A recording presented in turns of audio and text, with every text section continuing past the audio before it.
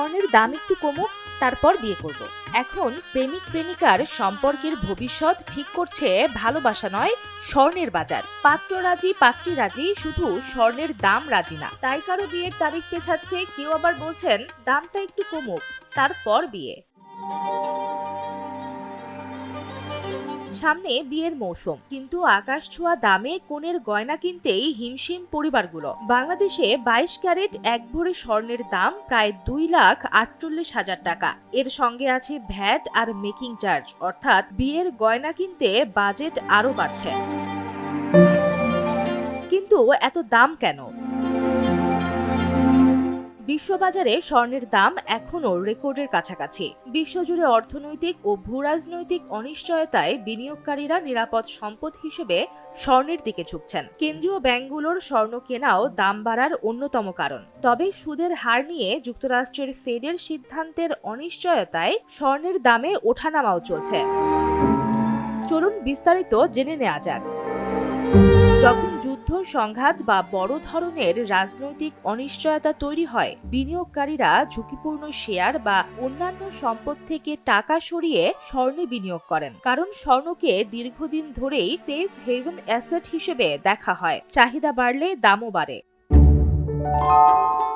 স্বর্ণ নিজে কোনো সুদ দেয় না, তাই ব্যাংক বা বন্ডের সুদের হার বেশি থাকলে স্বর্ণের তুলনামূলক আকর্ষণ কমে। কিন্তু সুদের হার কমার সম্ভাবনা তৈরি হলে বিনিয়োগকারীদের কাছে স্বর্ণ বেশি আকর্ষণীয় হয়ে ওঠে।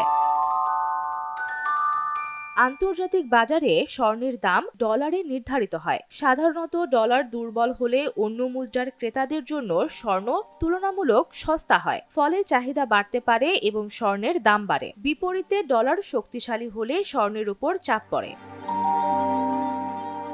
বিশ্বের বিভিন্ন দেশের কেন্দ্রীয় ব্যাংক রিজার্ভে স্বর্ণ বাড়াচ্ছে। বড় ক্রেতারা নিয়মিত স্বর্ণ কিনলে বাজারে চাহিদা বাড়ে, যা দামের উপর ঊর্ধ্বমুখী চাপ তৈরি করতে পারে।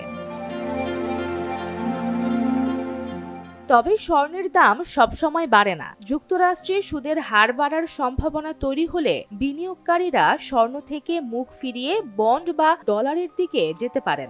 একই সঙ্গে ডলার শক্তিশালী হলে আন্তর্জাতিক বাজারে ডলারে নির্ধারিত স্বর্ণ তুলনামূলক ব্যয়বহুল হয়ে পড়ে, চাপ পড়ে দামে। আর দাম অনেক বেড়ে গেলে বিনিয়োগকারীদের মুনাফা তুলে নেয়ার প্রবণতাও সাময়িকভাবে স্বর্ণের দাম কমাতে পারে।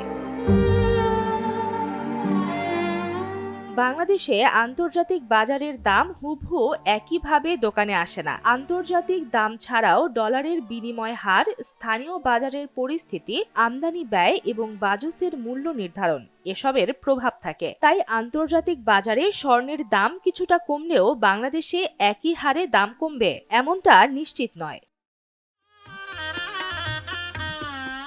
তাই হবু বরকনেদের কাছে প্রশ্ন, স্বর্ণের দাম কমার অপেক্ষায় থাকবেন নাকি দাম আরো বাড়ার আগেই গয়না কিনে ফেলবেন? কারণ স্বর্ণের দাম কখন কমবে তার নিশ্চয়তা নেই।